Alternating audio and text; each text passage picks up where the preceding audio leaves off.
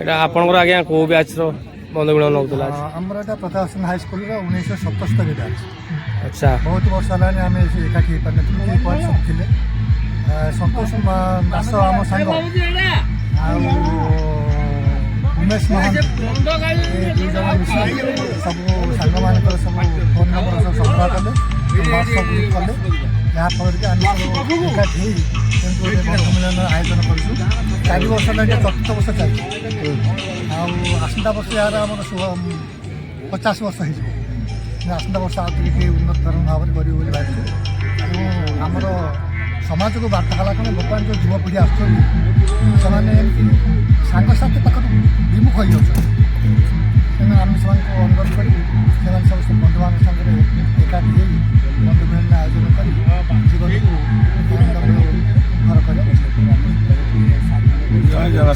ସେତେବେଳର ଯେଉଁ ଶିକ୍ଷା ବ୍ୟବସ୍ଥା ବର୍ତ୍ତମାନ ପରିପ୍ରେକ୍ଷୀରେ ବର୍ତ୍ତମାନ କେଉଁ ଦୃଷ୍ଟିଭଙ୍ଗୀରେ ଆପଣ ଦେଖୁଛନ୍ତି?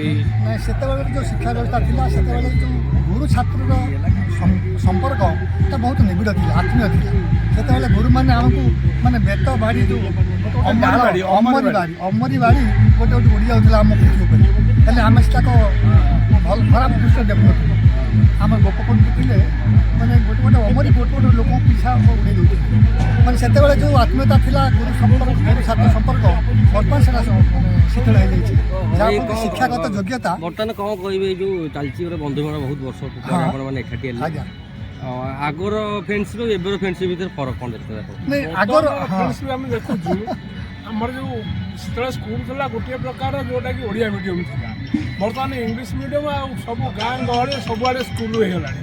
ହେଲା ପରେ ଯେଉଁ ଆମର ଛାତ୍ରମାନଙ୍କର ଗୋଟେ ସମ୍ମିଳନୀ ଥିଲା, ଦେଖ ଆମେ କେତେ 10 କିଲୋମିଟର ଦୂରତାରେ ଆମେ ସମ୍ପର୍କୀୟ ଚାଲିକି ଆସୁଛୁ, ଆମେ ସାଙ୍ଗ ହେଇଯାଉଛୁ 10 କିଲୋମିଟର ଦୂରରୁ ଇଏ କରୁ। କିନ୍ତୁ ଏବେ କ'ଣ ସବୁ ଇଂଲିଶ ମିଡ଼ିୟମ୍ ସ୍କୁଲ ହେଇକି ସମସ୍ତେ ପଢ଼ୁଛନ୍ତି, ସବୁ ସେ ପିଲା ପଢ଼ିଲେ ବି ମଧ୍ୟ ତାଙ୍କ ଭିତରେ ଏ ଆତ୍ମୀୟତା ରହୁଛି। ସେଇଟା ହେଲା କଥା, ଯେଉଁ ଆତ୍ମୀୟତା ଥିଲା ଆଗରୁ ସେ ଆତ୍ମୀୟତାର ଅଭାବ ଆସ୍ତେ ଆସ୍ତେ କମିଯାଉଛି।